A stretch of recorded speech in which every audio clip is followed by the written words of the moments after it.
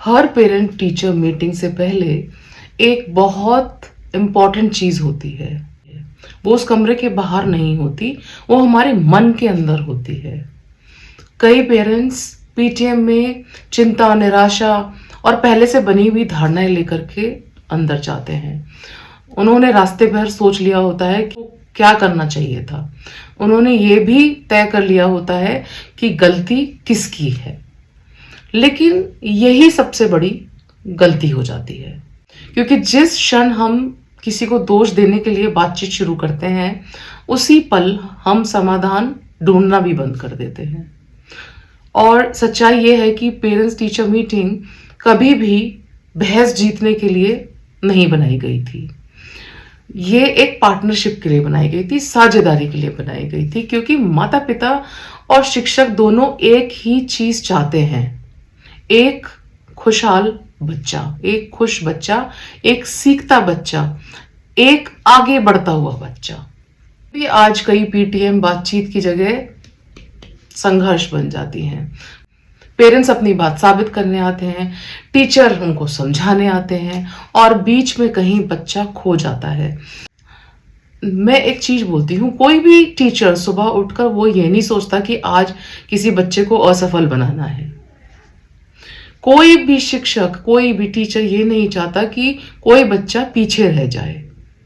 ज्यादातर teachers school bell बजने के बाद भी बच्चों के बारे में सोचते हैं, शांत बच्चों के बारे में जो कुछ बोलता नहीं है, उस बच्चे के बारे में जो ध्यान नहीं दे पाता, बच्चे के बारे में जो अंदर ही अंदर संघर्ष कर रहा होता है, स्ट्रगल कर रहा होता है। और पेरेंट्स भी यही करते हैं, भी अपने बच्चे की चिंता करते हैं और यही कारण है। इसी वजह से पीटीएम का उद्देश्य ये नहीं होना चाहिए कि कौन सही है और कौन गलत। उसका उद्देश्य ये होना चाहिए कि बच्चे को क्या चाहिए। और यहीं पर अधिकतर पेरेंट्स एक ऐसी चीज और ऐसी गलती कर बैठते हैं जो उन्हें दिखाई भी नहीं देती।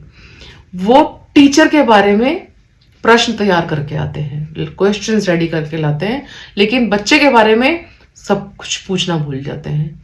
मेरे बच्चे के नंबर कम क्यों आए, ये पूछने के बजाय आप ये भी पूछ सकते हैं कि मेरे बच्चे को अपने लक्ष्य तक, क्षमता तक जाने के लिए क्या चीज रोक रही है, ये पूछना चाहिए। जिम्मेदार कौन है, कौन रिस्पॉन्सिबिलिटी लेगा। इसकी जगह हमें ये कहना चाहिए कि हम मिलकर क्या कर सकते हैं कि बच्चे में इंप्रूवमेंट हो, क्योंकि यही एक शब्द हम, कि हम मिलके हम सब कुछ बदल देता है। बस एक बात हमेशा याद रखिए, आपका बच्चा आपको देख रहा है, सब नोटिस कर रहा है। वो पीटीएम में मौजूद हो या ना हो, वो ये देख रहा है कि आप टीचर्स के बारे में कैसे बातें करते हो। वो सीख रहा है कि सहमति को कैसे संभालते हैं। बच्चे बड़े लोगों को दोष देखते हुए देखते हैं तो वो संघर्ष सीखते हैं, लेकिन जब वो माता पिता और शिक्षकों को साथ काम करते हुए देखते हैं तो वो जिम्मेदारी, रिस्पॉन्सिबिलिटी सीखते हैं।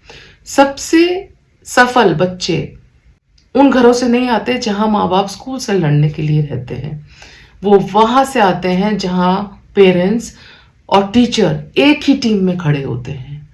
तो अगली बार जब आप पीटीएम में जाएं, एक पल, 1 मिनट रुकिएगा, गहरी सांस लीजिएगा और उस कमरे में आरोप लेकर मत घुसिएगा। जिज्ञासा लेकर के जाइएगा, निर्णय लेकर मत जाइएगा, समझने की इच्छा लेकर के अंदर जाइएगा। क्योंकि पीटीएम का उद्देश्य बहस जीतना तो कतई नहीं है।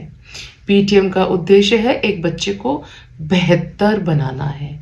और जब माता पिता और शिक्षक, टीचर सचमुच काम करते हैं तो केवल बच्चे का भविष्य नहीं बदलता, फ्यूचर ही नहीं बदलता, पूरी कहानी बदल जाती है।